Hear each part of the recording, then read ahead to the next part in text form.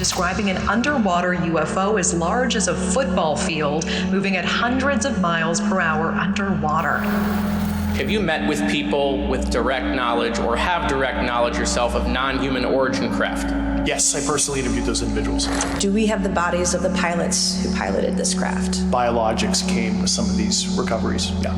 Aliens exist and President Trump knows about it. The United States and Israel have been in contact with a group of aliens for years.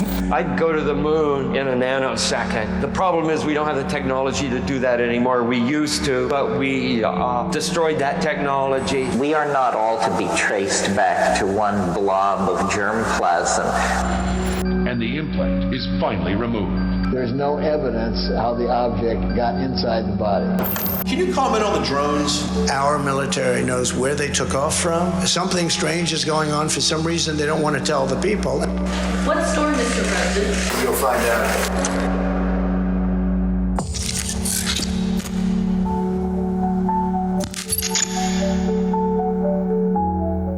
So, welcome back on the channel.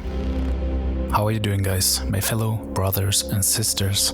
How do you like my new intro, by the way? Let me know in the comments, man. I was working on that for a little bit, was thinking of live streaming, and for a live stream you definitely need some kind of an intro. So I thought, it's bringing all of us into the right mood, right? So yeah, man, what we're gonna go into today is Antarctica, the inner Earth, Hollow Earth, however you wanna call it. Admiral Richard Byrd, the legend that flew to the South Pole and discovered the unknown land of the Nazis that are down there working on advanced technologies, as we all know. And yeah, man, we're gonna watch an interview of the YouTube channel Redacted, and it's a very good one. Lots of things I did not know about that are, yeah, there, existing. And yeah, man, be ready. It's gonna be a hell of a ride, and we're just gonna hop right into the thing. And yeah, man, let's go. Well, what is hidden in Antarctica? Maybe a better question is, what are they hiding in Antarctica? Massive underground cities, advanced propulsion technology, UFOs. Well, dude, that's just when I'm hearing those things, I'm all in, man. You got me.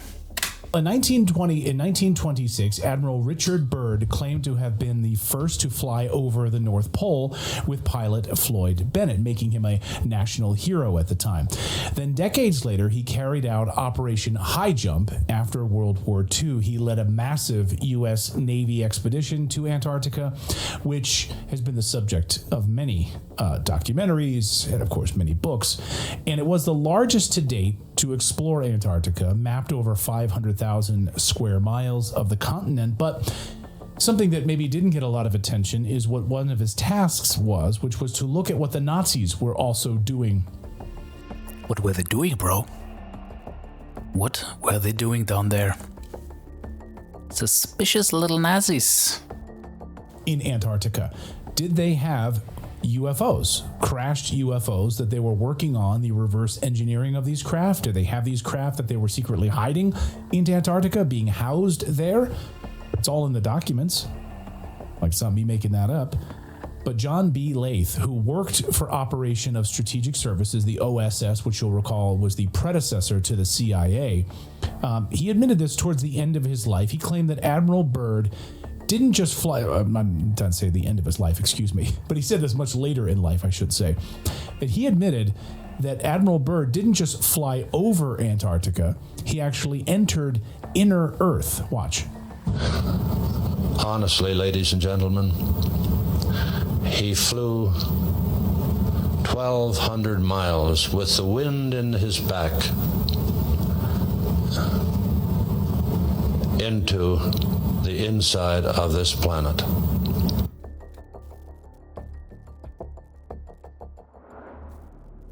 Okay. Well, what? Can you say it again? Bro. The way he's just dropping it, like, boom. He just flew into the inside of this planet. Dude. What? Not a molten core. Far from it. continental shelves bigger than on the surface, seas that were equal to ours, and he took 300 photographs and brought them back, and I tried to see them, and Franklin Birch, who was at the National Archives, would not let me in. This is one thing that is driving me nuts, man. Thinking about it. 300 photos that are laying around somewhere in top secret. Like, secrecy. Nobody, maybe 2 people, I don't know, were able to see them. Dude, I want to see those pictures so bad. Like, if any of you guys has like top secret clearance, please, bro. Please, bro, let me in. I'd do anything, man. Anything. Really, anything. I just want to see those pictures, bro. This is insane. Oh, I got in the cage, but I couldn't look at anything. Caldwell found those records and read them in 1940, and he took his round-wing plane in and went right through the Earth and came out at the South Pole in a 125-mile opening there. That's one thing he did. I told you that was 1940. That was a great accomplishment of the round-wing plane at that point.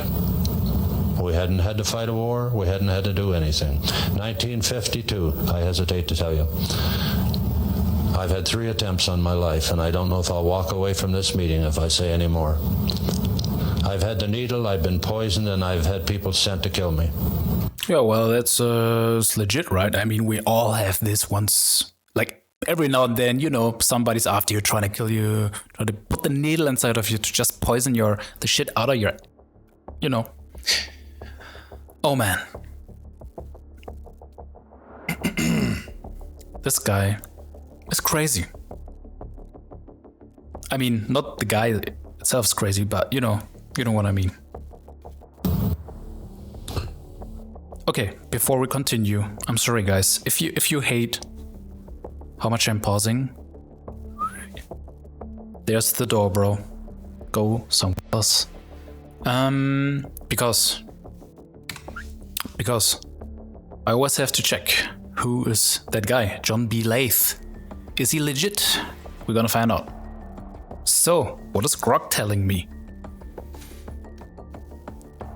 Born in 1920, with what he described as a photographic mind, Leith graduated high school in 1937. He spent 9 months in spiritual training in Lhasa, Tibet, before joining the USS, which is already interesting, gotta say, having this kind of a spiritual background, which I really like. During the last 2 years of World War II, he led a 6-man special forces team based in London, conducting daring raids behind enemy lines in France, Germany and Poland. He completed 62 missions. Dude, he's a top fragger, bro. He's top fragger, just like giving everyone, he's just heading everyone, man. He's just like one-clicking, like this aimbot, like do, you know. Crazy. Okay.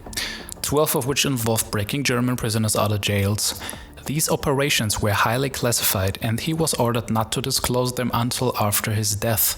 Post-war, Lath served as a liaison, I don't know that word, I'm sorry, officer between General George S. Patton and German Field Marshal Gerd von Rundstedt, getting insights into how he figures fled Nazi Germany. So this is, dude, it's very, very interesting. So post-war career. After the war, Lath studied in Canada, and worked as a journalist for 25 years, keeping his OSS background hidden. In 1975, the CIA recruited him again to collaborate with another USS veteran, referred to as Father John, on interviews related to the development of round-wing planes for Allied and German forces during and after World War II. So yeah, man, he did write 2 books, which I also found on Amazon, and so this is a very, very legit and interesting background, man. I mean, you know, mainstream media probably would put this guy into this category of being this crazy guy that is just wanting to write books to make a hell of money out of that.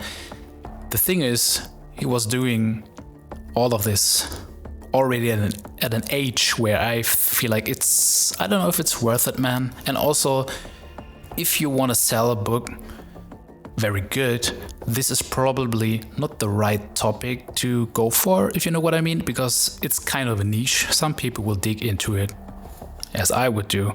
Other people gonna be like, dude, what the fuck are you talking about, bro? Are you sane in your mind, you know? So this is already very, very interesting. I find that a guy with a history or with a background like this is making claims like that. Incredible. That's what happens to truth tellers, of course. So he flew through a massive hole 50 miles from the South Pole. That is a core secret, as they call it. And my next guest claims that this is why the NSA is there, using the cover of Air Sampling Station to make sure that there's a no-fly zone over this area or any ground access. Our next guest has been to Antarctica and has really made it his life's work to expose what's going on there. He's definitely gotten into battles, certainly with other Antarctica whistleblowers. But we wanted to hear his side of the story and all about his new book called Secrets of Antarctica. Here it is. You can read it right now. It's available on Amazon and other ebook. Dude, I love the cover. I love the cover, man. If I see a cover like this, I'm all in. You got me, bro. I'm ordering that. Publishers. It's called Secrets of Antarctica, The Untold History of the Ice Continent. And that is Brad Olsen, the researcher and author of that book. Brad, welcome to the show. Great to finally talk with you. Let's go, Brad. Hey, Clayton, thank you so much for having me on. Been a long time coming, but now that the book is at the printer, it will be shipping at the end of this month. But the ebook is available, and good opportunity to have this discussion. Yeah, so I want to kind of maybe start at the beginning for you, and what brought you to wanting to start to research Antarctica? Like, where did you start on this journey, and how did you get into this? Well, I do a series of books on esoteric subjects, and boy, Antarctica is about the most esoteric continent we have in America, in the world. And when I had the great opportunity to go down there 7 years ago, via a sailboat from Ushuaia, Argentina to the Palmer Peninsula, it was like pulling the layers off an onion. You get one question, and then you get 10 possible answers. So the layers just kept getting deeper and deeper the more I dug into it. And then I decided, well, I got to write a book about this because I can imagine, man. Was any of you guys down there in Antarctica? If so, how was it? Do you have pictures? Do you have videos? Let me know, man. One day. I was coming into so much information, like that clip you just played of an intelligence officer talking about Admiral Byrd's flight down there, which is also described in detail in his diary that was published by his son, who was actually on the ship with him down to Antarctica during Operation Highjump. So this is actually something I did not know. That his son was the one publishing the diary, and that he also was on the same boat as him. So this is some new information for me. Crazy. Because it's all making, filling up the puzzle, like getting more pieces of the puzzle together and seeing the bigger picture. Definitely interesting, man.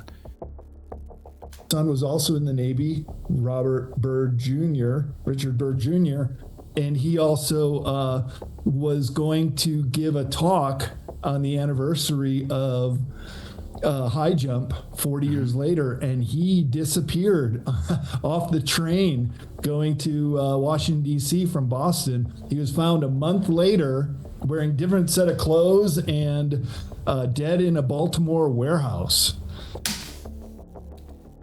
Bro, are you for real? Okay, I feel like I could already close the video. I'm like, okay, that shit is legit. Are you serious? Another Dude, this is something else I didn't even hear of once. I mean, probably maybe someone else of you that is like was digging into that thing already knew that since years. But for me, this is crazy that his son was trying to give a speech and he disappeared and was found dead somewhere laying around with different clothes and stuff. Like, maybe we see a pattern. Maybe we see a pattern here. Maybe I'm just tripping balls, bro. Maybe I'm just tripping. Maybe it's just me. So the secrecy continues with all things surrounding Antarctica. Oh, I'm sorry, who was killed in a Baltimore warehouse? Dude. Richard Byrd's son, who is also named Richard Byrd Jr. I didn't know that. Wow. And he was on the ship during Highjump and saw everything his dad saw. When his dad got back to Washington, D.C., they put him in quarantine. He was basically read the Riot Act because he spoke to a journalist in El Mercurio newspaper, which I reprint in the book, both in Spanish and in English, so people can get a feel for what he said. But he said, in the event of another war, we would be faced with an enemy that could fly pole to pole at incredible speeds. And so this is right after Highjump. Then he gets back to America. They call off the expedition 2 months into the 6-month trip. Mm-hmm. And Admiral Byrd was read the Riot Act for talking to the journalists and was given a gag order for the rest of his life. His son released the diary, and from there, the mystery once again Dude, just to be clear, try to imagine you're living back then, right? No internet, no TikTok, no nothing, not being viral, not getting YouTube money, not getting TikTok money, not being able to sell books on Amazon. Like, why would there be any reason to make such claims back then? Why? Give me one reason. I mean, maybe there were ways to be able to write books. There are markets and stuff where you could still sell them, and I don't know if you could make a living off that back then. But why would you make such claims? Just, I mean, today, in 2025, we are thinking that we are far, like, let's say,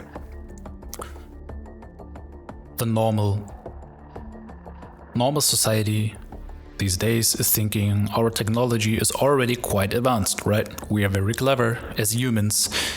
But then we are having people like those from back in the day talking about flying saucers and stuff. Like, how is that? So there's like this missing something, right? Like, how could people back then that were not having technology that we have today, like computers, microchips, all that stuff, at least that's what they tell us, talk about those things? Like, either they have this crazy imagination going on and like just popping whatever and tripping balls and then be like, oh yeah, I'm seeing sources, wow. Or there's something to it. Like, there's no, I don't know. You know? It's deeper. So we just played a clip there of John Leith, who worked for the Operation of Strategic Services and then later the CIA. How did he come into this information about Admiral Byrd's trip? He saw the documents, or he got into the cage with the documents. They weren't allowed to show him anything. Do you know what became of him, and what more information did he uncover? Well, still to this day, Operation Highjump is classified.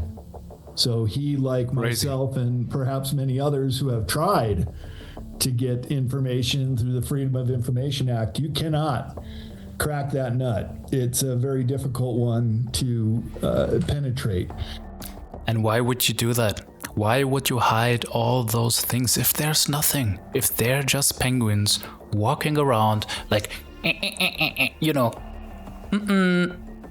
not with me, bro. I got you. I know what you're doing, guys. I know what you're doing. And so I think he was in the same position, but here he is coming from national intelligence, and he still can't even get in there to see all those 300 pictures that Byrd took on that amazing flight. Now, Byrd did have an interview less than a year before he died. So he went down to Antarctica 5 different times, and the last one after Operation Highjump was called Operation Deep Freeze. And then he came... Operation Deep Freeze. Came back from that. He was still very tight-lipped about everything going on down there, but he did do this interview with Longines watch company, and he made some very curious statements, one of which was when asked what young people could do as far as exploring the polar regions, he said the North Pole is pretty crowded up there, but if they go to the South Pole and go beyond the pole, then they could see this land that he was describing. But Clay... Okay, well, let's go for it, bro. I am ready for the trip. I got you. I got my backpack. Let's go there. What are we waiting for, man? What are we waiting for, guys? Let's go. If someone got a plane of you guys, if you have a plane, you're able to maneuver that thing. I'm hopping right into that thing with you. I'll tell you, there is nothing beyond the pole. For hundreds of miles on the polar plateau, it is just flat, desolate, and nothing. Unless, of course, we're talking about this massive hole in the ice about 50 miles away from the South Pole. And I have numerous data points, which I have recounted in the book, that point to this giant hole in the ice.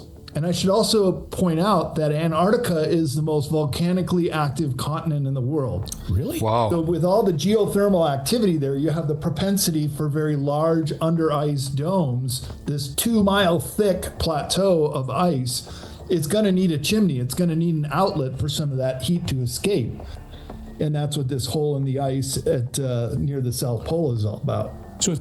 So that's actually also something I did not know, that Antarctica is one of the most active volcanic areas on this Earth. That's actually insane. Again, like so many things that are changing the whole picture we probably all kind of have about like Antarctica and what is going on there. I feel like there is almost no place on Earth anymore that we don't know anything of, that we are not allowed to fly over and stuff like that, you know. It's crazy that there's still this spot which we just are not allowed to go to because there's something.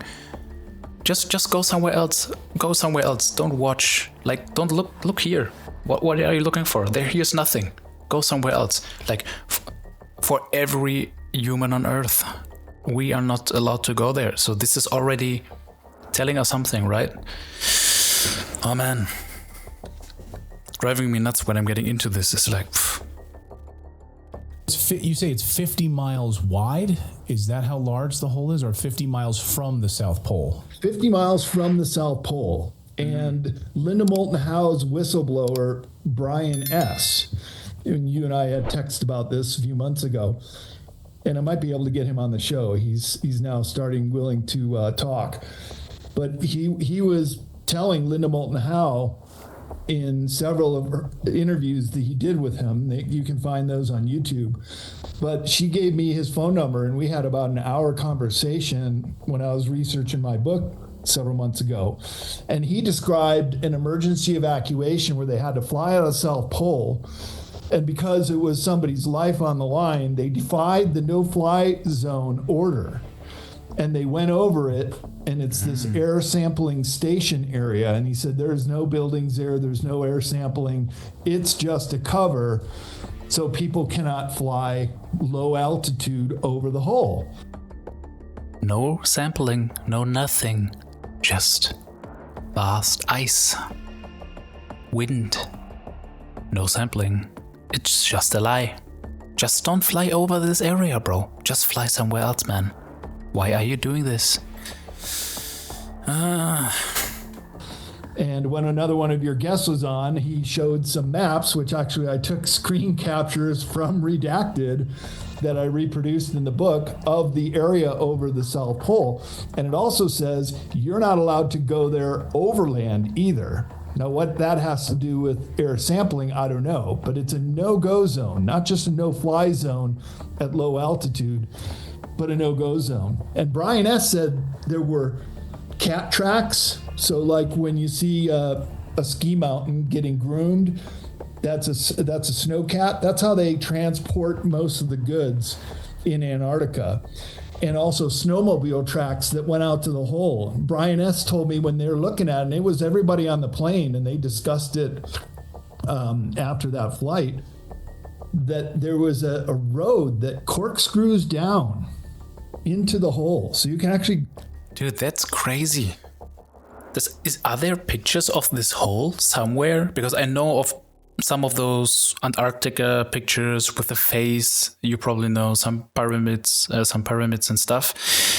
But are there actually legit photos of these holes beside all these CGI pictures, all these like very, very, very old, probably also fake NASA pictures? I mean, come on, NASA pictures, right? So you know what I mean.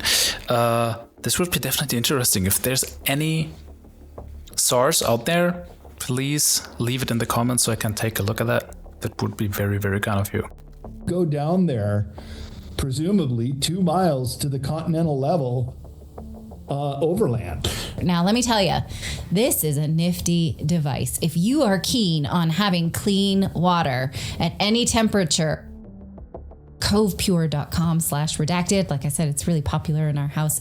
covepure.com/redacted. Someone in our chat, or a bunch of people in our chat room, were saying, didn't Admiral Byrd claim, and you can correct our chat room on this, but they seem to know a lot about this, that Admiral Byrd claimed that the land underneath there was about the size of the United States. That in this hole, there's an area, this inner Earth, about the size of the United States. Yeah, it's just remarkable how big it is down there, because Antarctica is the 5th largest continent in the world. So therefore, it's going to be quite large down there. Could say so, bro. Kinda large.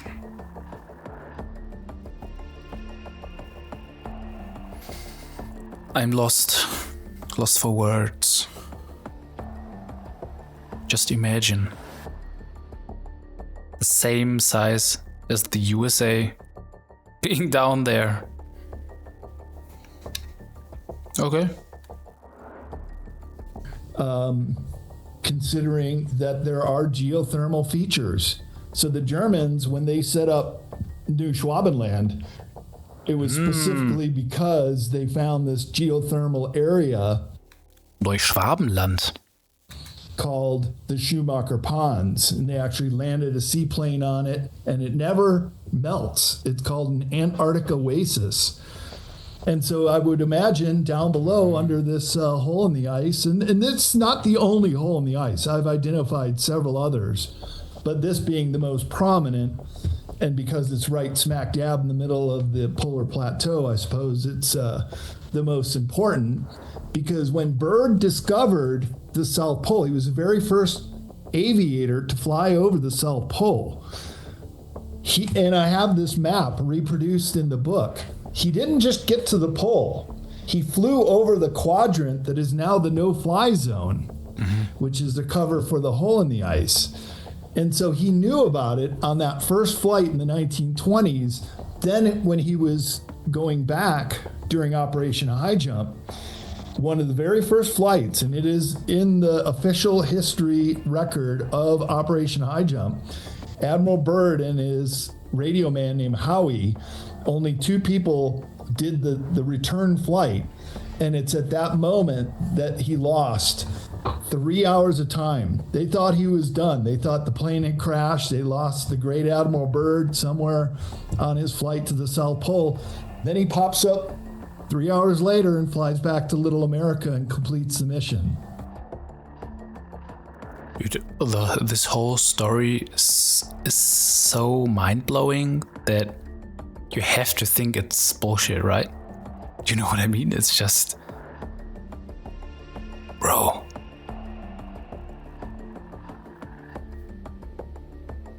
I don't even know what to say anymore, because all of this is just like things are adding up, and it's ridiculous, you know. It's especially thinking about that, it's like back then, as he was saying, 2 guys. Just imagine you and your homie flying out there, down there to Antarctica and doing all of that. Also, this kind of like what he's talking about, like time anomaly, missing hours and stuff, is so many questions that are popping up. And again, why do they keep that stuff secret if there's nothing to hide? Wow, and I've heard that as well. Yeah, that's incredible. And people in the chat room are saying the same thing. Didn't he miss time? He lost time. It's so incredibly difficult, obviously, to get to Antarctica. You can kind of skirt it a little bit, I guess, in cruise ships and things like that. Now, you've been there, right? You've been there multiple times to Antarctica? One time, okay. What was your experience like when you were there? Now, I know this is where you got into a kind of a battle, and I'm not interested in the battle, like between whistleblowers and all of that. I would love to have like a debate, have an open forum, and have just a debate about all of this and what he saw, what you saw, what others saw. And I don't want to throw anybody under the bus at all. That's not my goal. I just want I want to have a conversation and get to the truth. That's my only mission here. So, but when you went there, what did you see? So I took a boat down there from Ushuaia, is in Argentina, and you know how the finger of South America comes down and then the Antarctic Peninsula comes up. That is the closest connection to any continental landmass. Took us 4 days to sail over the Drake Passage, where I got violently seasick, as did most of the people on my ship. I think I lost 25 pounds on that trip. So crash diet. Right, go to Antarctica. Ride the Drake Passage. I lose some weight on that.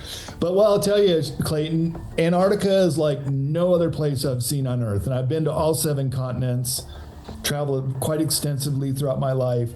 It is an absolute frozen tundra of a planet. 99% of the continent is covered with snow and ice. It's crazy. With icebergs all around too. In fact, that was the very first thing we saw coming in. Were just these ginormous 30-story tall icebergs. Of course, most of that is below the iceberg, and they broke off of the shelves and were starting to float to the north, which down there is into warmer climates. And then we finally got to King George Island. And that was a base run by the Poles called Arktowski. Mm-hmm. And we were a Polish vessel, 11 Poles and 3 Americans on that trip. And they welcomed us in, and we were bringing them fresh fruit and vegetables, which they're very pleased to have because you can't get that too readily down there. No supermarkets. And they invited us in. First, we had a shower. Boy, did that feel good after being seasick for 3 days. And then we had dinner with them and could use the internet and let everybody know that we made it down there. And then from there, it was just sailing through the Bransford Strait, touching ground on terra firma in Antarctica. And basically every day was like a new adventure. We'd go to either a different research station or to a penguin colony, for example, or sometimes went to see some seals. That's what I mean, man.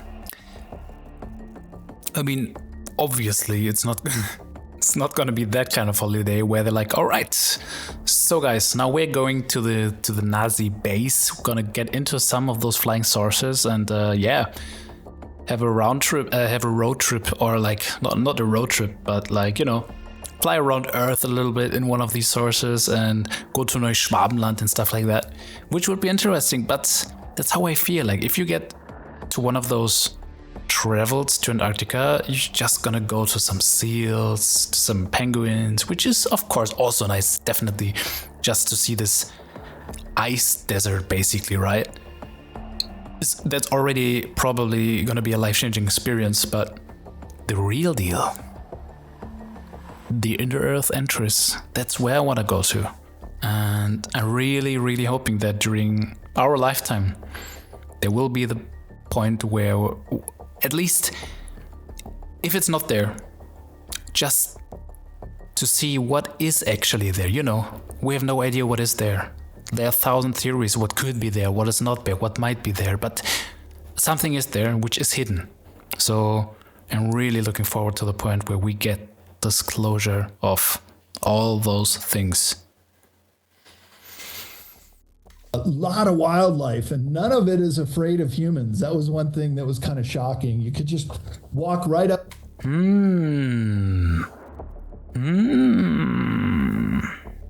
Maybe I should wear this swastika thing, right? Maybe then they're like, oh, it's you.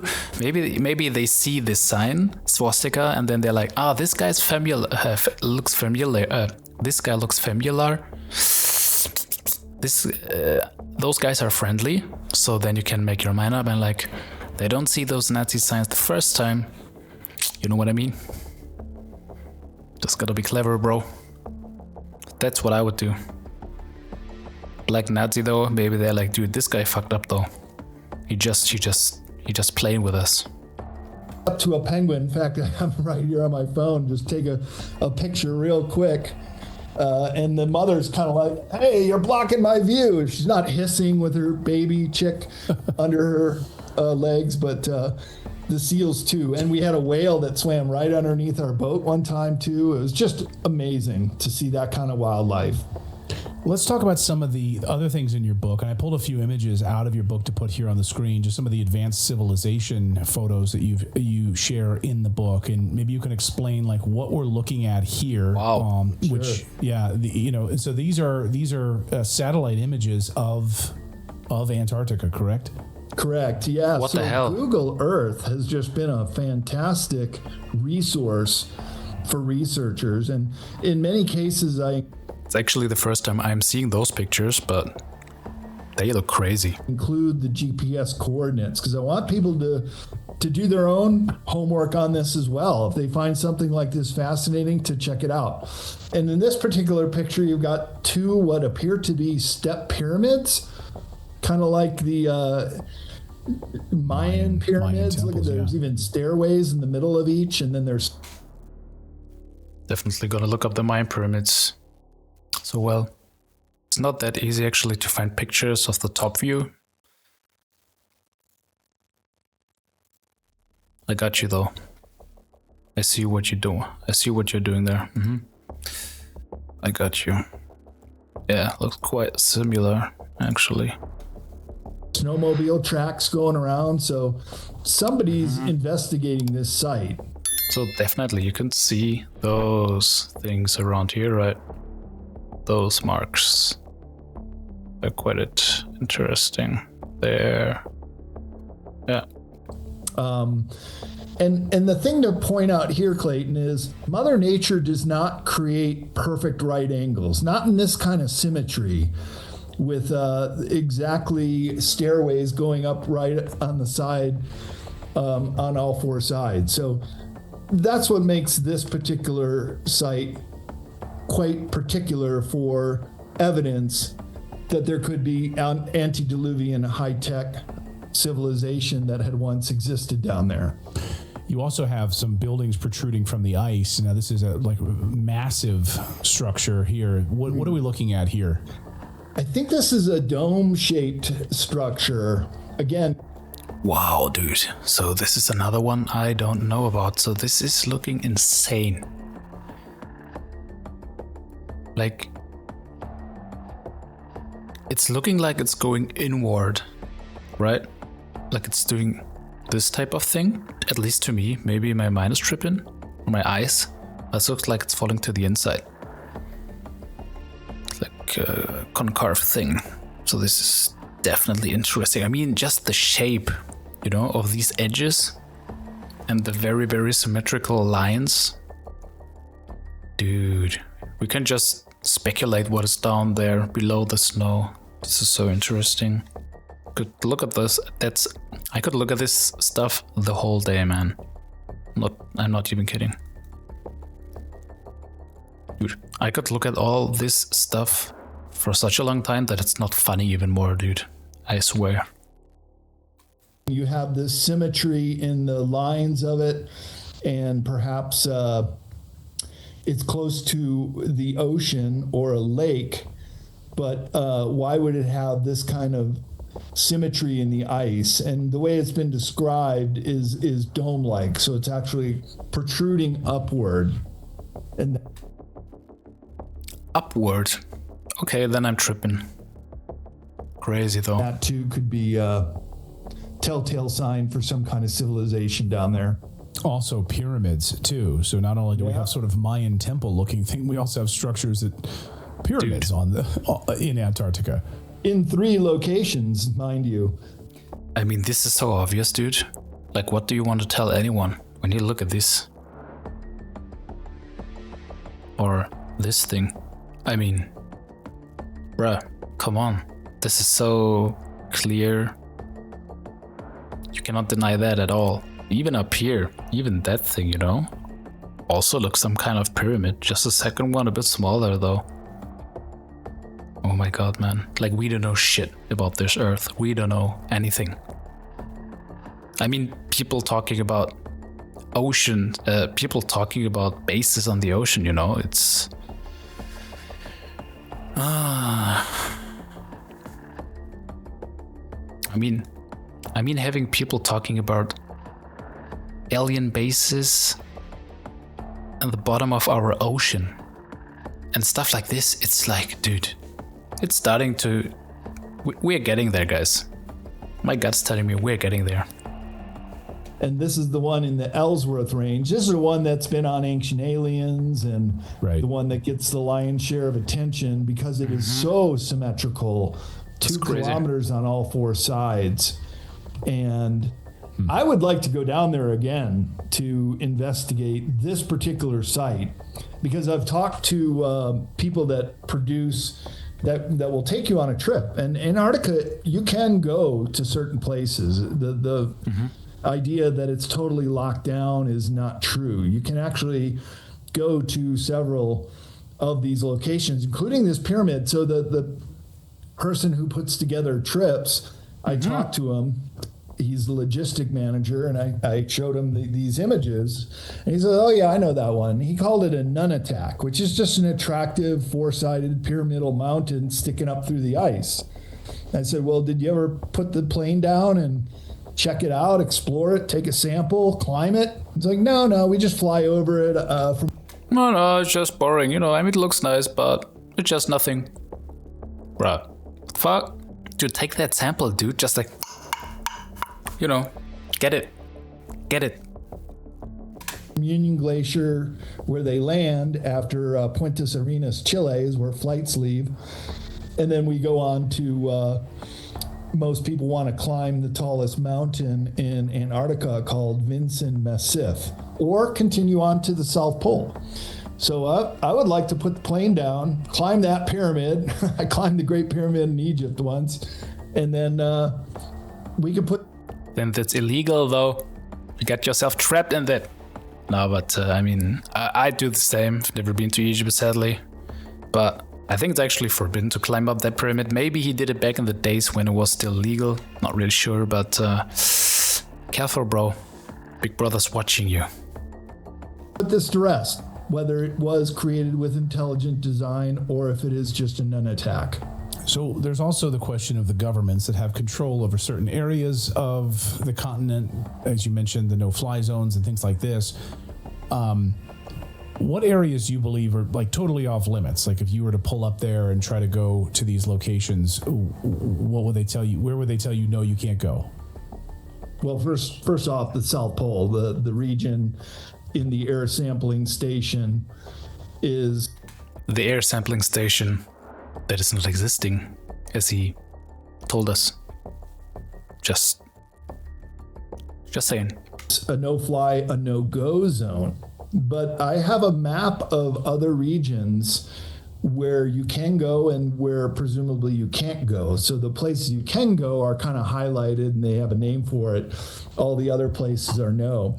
I have a story in the book about some Olympic athletes from Australia, these 2 women who were cross-country skiing across Antarctica, and they must have veered off their course, because I've heard other people have done this same thing. Oopsie. But they started veering off their course, probably unknowingly, and all of a sudden these Navy SEALs came in and landed. And those Navy SEALs, you know? Not humans. SEALs, but they're from the Navy. You know what I mean? SEALs, Navy, okay. But, well, that's... I mean, you probably will be blocked in any sort of military base. It doesn't have to be a secret one. If you just go to a military base and you don't belong there, they will tell you to, like, go away. But down there, I mean, yeah. said, all right, ladies, you're getting on board. You ain't going any further. And they had to cancel their trip. That was in Nexus magazine about 20 years ago. Wow. So do you believe there's a significant U.S. military presence, an international military presence, intelligence presence there that's working in some sort of a cooperative to kind of shield what we know is there or what we don't know? I'm just curious what sort of like international laws and cooperation agreements do we have? Well, complex ones. The Antarctica Treaty, which was originally formulated in the late 1950s, which happened right after Operation Argus, which is still a top secret. Again, why the top secret? Always this top secret thing going on, man.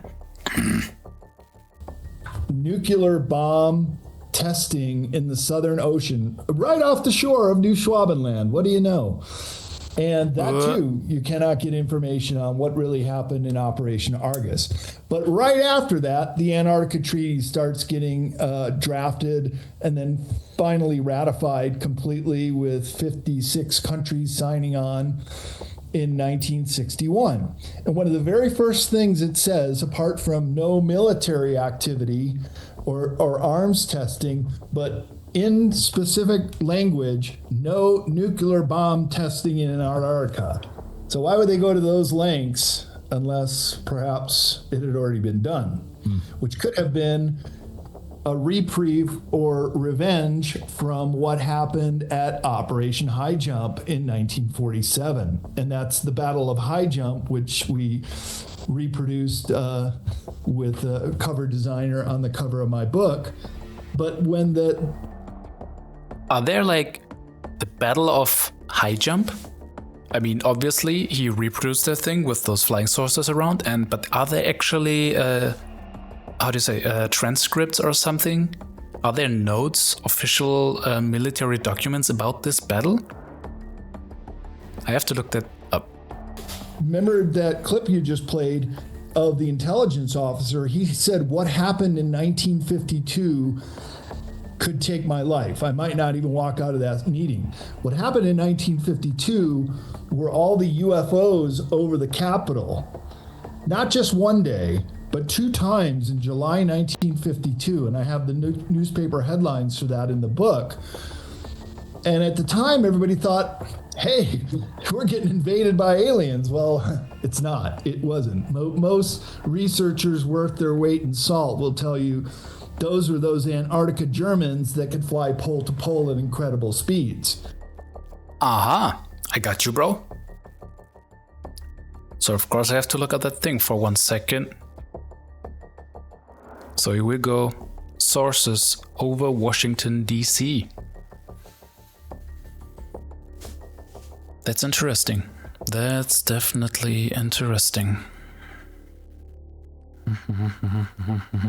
Yeah, man, I've not seen that one before. Definitely interesting. And that's what I mean. It's quite old, dude. Like 1952. Already talking about flying saucers. And I mean, I know there are much older ancient civilizations talking about beings, God coming from the sky, stuff like that. I know. So in the end, 1952 is not that old, but yeah. And Laura Eisenhower, whose great-granddaughter was Dwight D. Eisenhower, he was the president-elect coming into the November election. It was still Truman in the White House in July 52. And according to a whistleblower named Dan Cooper, who's in Laura Eisenhower's book, Awakening the Truth Frequency, which is also published through CCC Publishing, he said that we surrendered to the Antarctica Nazis in July 52. That's why the subtitle of my book is The Untold History of the Ice Continent. And all roads lead to Antarctica, even though there are no roads that lead to Antarctica.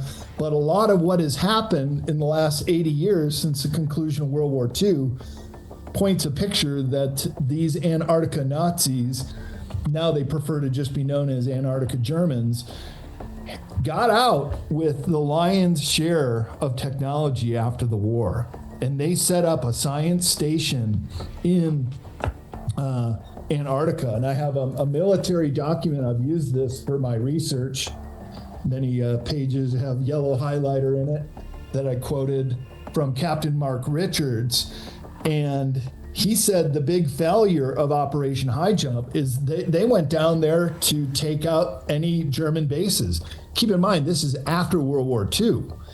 And the very first summer that our Allied forces could go down there, and it was more than just Americans, there were also Canadians, New Zealanders, Australians, part of Operation Highjump. That we got down there to try to find what they were working on or even capture a disc. And of course, didn't work out that way and got sent back with our tail between our legs. And what Captain Mark Richard was highlighting here was we left the Germans with their science city to continue working on backward engineering this high tech. So this is kind of the start of the Fourth Reich, or another author,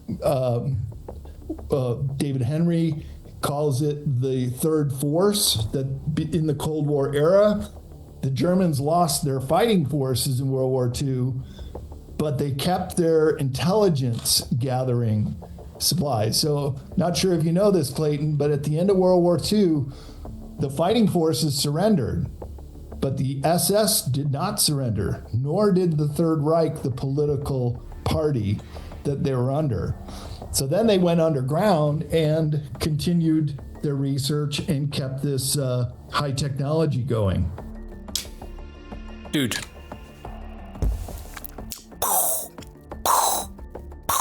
What the?